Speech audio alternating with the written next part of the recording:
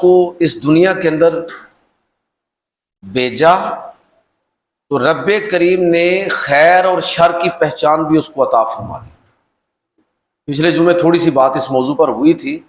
لیکن میں اس موضوع کو، اس نقطے کو مزید کھولنا چاہتا ہوں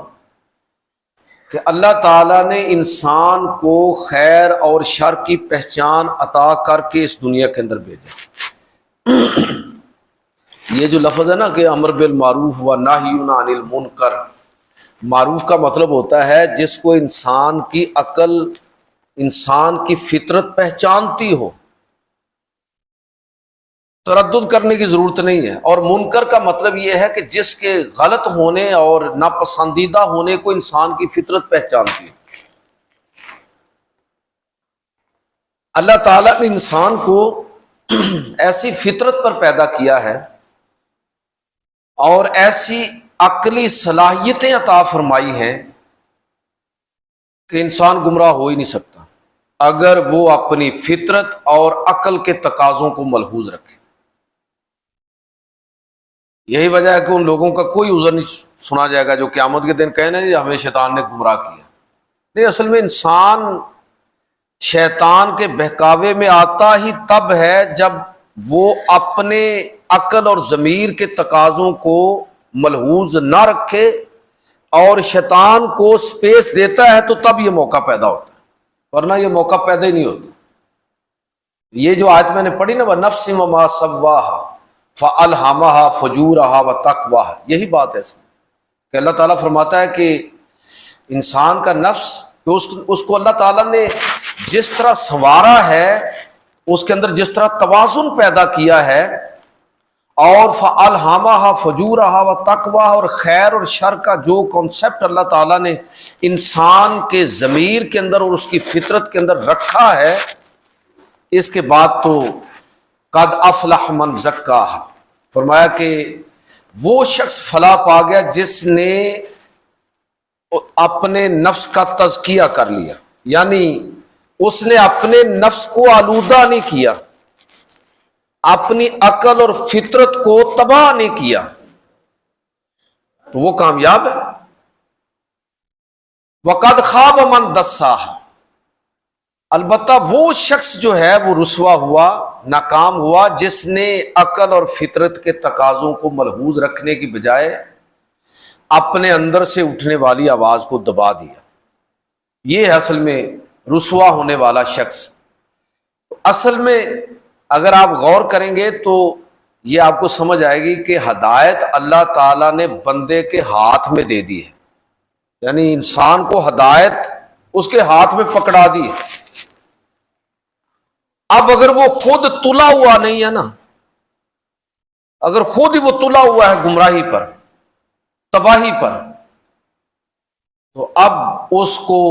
کوئی ہدایت نہیں دے سکتا۔ ابو جہل موجود تھا، اللہ کے پیغمبر جو باتیں ابو بکر صدیق، عمر اور عثمان اور علی اور دیگر صحابہ سے فرماتے تھے، وہی ابو جہل سے بھی فرماتے تھے،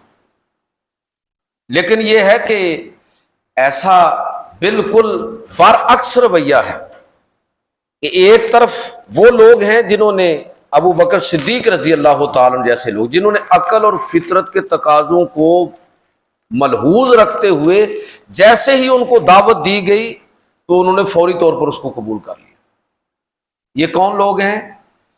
جو عقل کی بات کو رد نہیں کرتے، جو فطرت اندر سے اس کا جو انسان کا جو انر ہے وہاں سے اٹھنے والی آواز کا گلا نہیں گھونٹتے، بلکہ اس آواز کو سنتے ہیں، دباتے نہیں ہیں۔ تو جب تک انسان اس آواز کو سنتا ہے، اس کو اہمیت دیتا ہے، اللہ تعالیٰ اس کے لیے ہدایت کے دروازے کھولتا چلا جاتا ہے۔ اور یہ اصل میں روحانی جو بالیدگی انسان کو حاصل ہوتی ہے تو یہ اسی بنا پر ہوتی ہے۔ یہ لوگ عام طور پر شعر پڑھ دیتے ہیں علامہ اقبال کا کہ نگاہ مرد مومن سے بدل جاتی ہے تقدیریں۔ چلو اگلے حصے پر زور نہیں دیتے کہ جو ہو ذوق یقین پیدا تو کٹ جاتی ہیں زنجیریں۔ بھائی ذوق یقین پیدا ہوگا تو پھر نگاہ مرد مومن بھی کچھ کرے گی، ورنہ مرد مومن کی نگاہ تو سب پر پڑ رہی ہے۔ پیغمبر تو سب کو ہدایت دے رہے ہیں، سب کے سامنے دین پیش کر رہے ہیں، تو جب تک انسان کے اندر جو اللہ تعالیٰ نے ودیت کر کے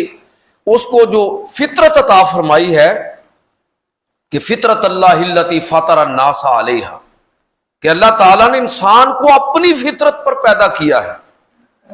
تو میں اس کی وضاحت نہیں کرتا کہ اللہ تعالیٰ کی فطرت کیا ہے، کیا اس میں کوئی تصور بھی کیا جا سکتا ہے کہ کسی طرح کی بھی غلط بات کا تصور کیا جا سکتا ہے؟ تو اللہ تعالیٰ نے انسان کو اپنی فطرت پر پیدا کیا، اپنی شکل و صورت پر پیدا کیا. اگر اللہ کی کوئی شکل و صورت ہوتی تو، یعنی اللہ نے آپ پسندیدہ شکل و صورت پر انسان کو پیدا کیا، آسانی تقویم اس کو بنایا، عقل اور شعور اس کو عطا فرمایا. میں کہنا یہ چاہتا ہوں کہ یہ وہ پہچان ہے جو اللہ تعالیٰ نے انسان کو عطا فرمائی ہے. پیدائش کے ساتھ ہی وہ فطرت سلیمہ لے کر پیدا ہوتا ہے، خیر اور شر کو وہ جانتا ہے. پیغمبر